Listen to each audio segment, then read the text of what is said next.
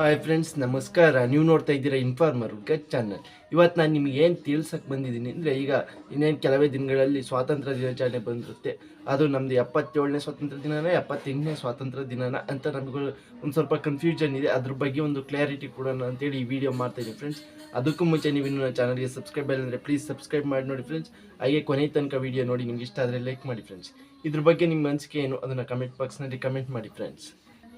200 ವರ್ಷಗಳ ಸುದೀರ್ಘ ಆಡಳಿತದಿಂದ, ಬ್ರಿಟಿಷರ ಆಡಳಿತದಿಂದ ನಾವು ಮುಕ್ತಗೊಂಡು ಅಂದು 1947 ಆಗಸ್ಟ್ 14ರ ಮಧ್ಯರಾತ್ರಿ 12 ಗಂಟೆ ಸರಿಸುಮಾರಿಗೆ ನಮಗೆ ಸ್ವಾತಂತ್ರ್ಯ ಸಿಕ್ತು. ಬ್ರಿಟಿಷರು ಬಿಟ್ಟೋಗಿ ಸ್ವಾತಂತ್ರ್ಯ ಸಿಕ್ತು. 1947 ಆಗಸ್ಟ್ 15ರಂದು ಮೊದಲ ಪ್ರಧಾನಿಯಾಗಿ ಜವಾಹರ್ಲಾಲ್ ನೆಹರು ಅವರು ಭಾಷಣ ಮಾಡಿದರು. ಅಂದಿನಿಂದ ನಾವು ಆಗಸ್ಟ್ 15ನ ಸ್ವಾತಂತ್ರ್ಯ ದಿನ ಅಂತೇಳಿ ಆಚರಿಸ್ತೀವಿ ಫ್ರೆಂಡ್ಸ್.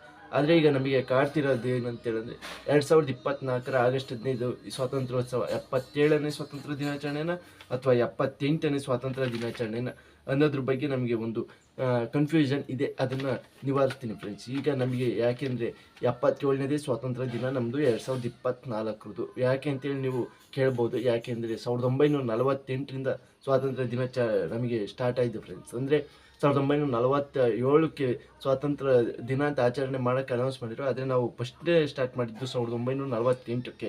ಹಾಗಾಗಿ 77ನೇ ಸ್ವಾತಂತ್ರ್ಯ ದಿನಾಚರಣೆ ಈ ವರ್ಷದ್ದಾಗಿದೆ.